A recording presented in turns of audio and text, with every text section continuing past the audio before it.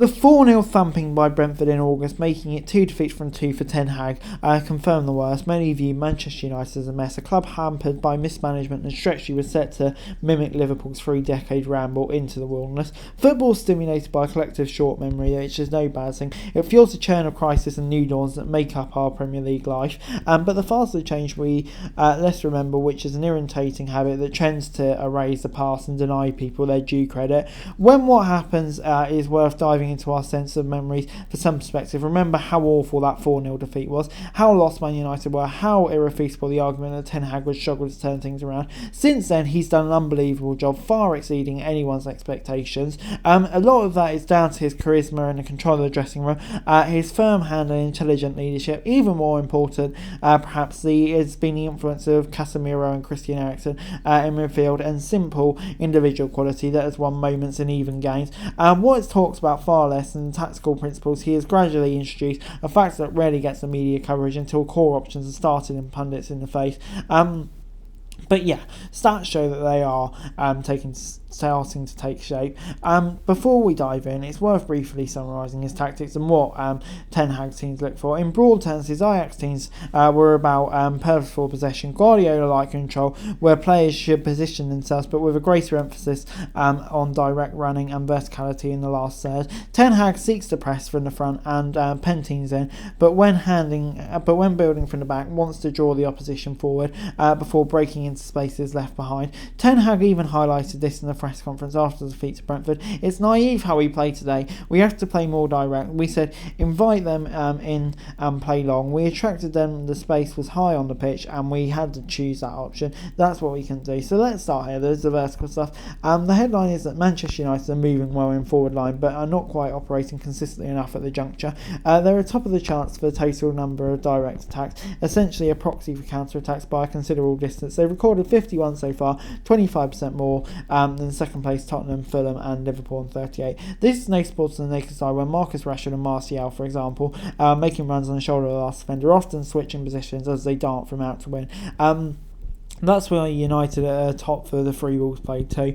Further evidence can be found in the number of touches they've taken by the forwards. As the table shows, United have 3 most used forwards this season and are taking fewer touches last year compared to shots per game averages. Fewer touches does not mean less involvement in action, but a rather different way of playing. They come less short, making runs to feed a more direct approach. So Manchester United are getting better at playing vertically through the lines, but clearly they're not finished yet. It's telling that they are 8th in the Premier League for progressive passes, some way off the standard set by the top class. Where we sit here is still occasionally stuck moving sideways as they learn the intricacies of Ten Hag's positional demands. They're only 8th in the division for total number of 10 plus open play passes, even behind Tottenham, and have only held 60% position in not many occasions, and only winning a few of those games against Forest and Everton. He might not want possession for possession's sake, but he still wants his team to control the ball for long periods, especially at the back, before suddenly switching the tempo with direct football. Counterintuitively, you cannot have the latter without the former, as Liverpool has shown over the years. Because to attack with vertically at all times, we're creating a Thomas formation that is exposed to opposition counters and end-to-end chaos. Things are just a little awkward in possession still, which is fair enough given how hard it is to understand the managers' automatisms working at the level. You can see the players making run in anticipation of receiving next but one pass, and you can see passes being made blind in expectation of someone being there, which is a good indicator of structured possession, but it is revealing that no team has more interceptions against them than United. Knowing the system hasn't yet totally clicked, and Ten Hag's success has been more flexible than anticipated, letting go of the principles that they embraced from Ole Gunnar Solskjaer, deep line counter-attacking football. Across 5 matches against the Big Six, they've averaged less than half possession quite comfortably and won 9 points. On each occasion, United simply sat back in their own half, refusing to press and hoping to break in rare opportunities. Although those 5 games United averaged 18.2 PBDA, that's far higher than their seasonal average of 13. 13.8. And United's off the ball work follows the same pattern as their vertical possession. They look good when pressing high and hard, but can't quite do it with enough regularity. These stats are arguably skewed by 5 games against the big clubs above, but it's worth noting that United are 13th for high turnovers with 148, and yet they sit at 4th with 29 for high turnovers. That led to a shot. Along, again, the misalignment here speaks volumes. The stats are lopsided across the board, and United's the 13th for PPDA, while their total passes is just 473, below even Wolves, despite the fact their average duration of each press puts them fourth, just behind Man City. If that wasn't confusing enough, Man City are third in the league for interceptions, yet firmly mid-table when it comes to the total number of pressures, and third bottom when it comes to the average velocity of those pressures. This may have something to do with their forwards' ability to press. Ronaldo being gone helps, but Rashford isn't the best at pressing either. He ranks 13th for pressure applied in the attacking third, behind the likes of Shea Adams even.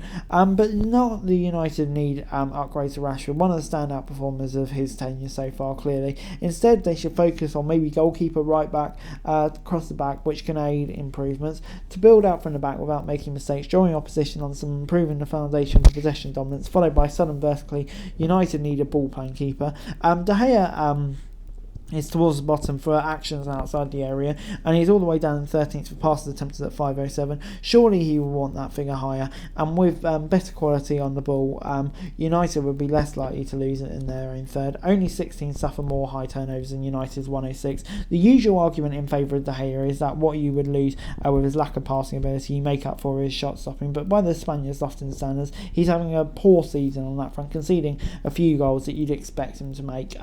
That's the 11th best figure for Keita, played 15% or more of available minutes. A look at United's zones and control show a glaring red light in right back control. Aaron Wan-Bissaka struggled at times, making minor positional errors leading to goals, and yet the attacking side of things is a real problem. Anthony has struggled to settle into the side, but he's getting better to draw attention away, and it's become a joke among United fans that Wan-Bissaka is unwilling to get forward and cross the ball. But United across the ball fewer times than any other Premier League team, even though they are top of the chance by a distance for average number of passing options when they can do.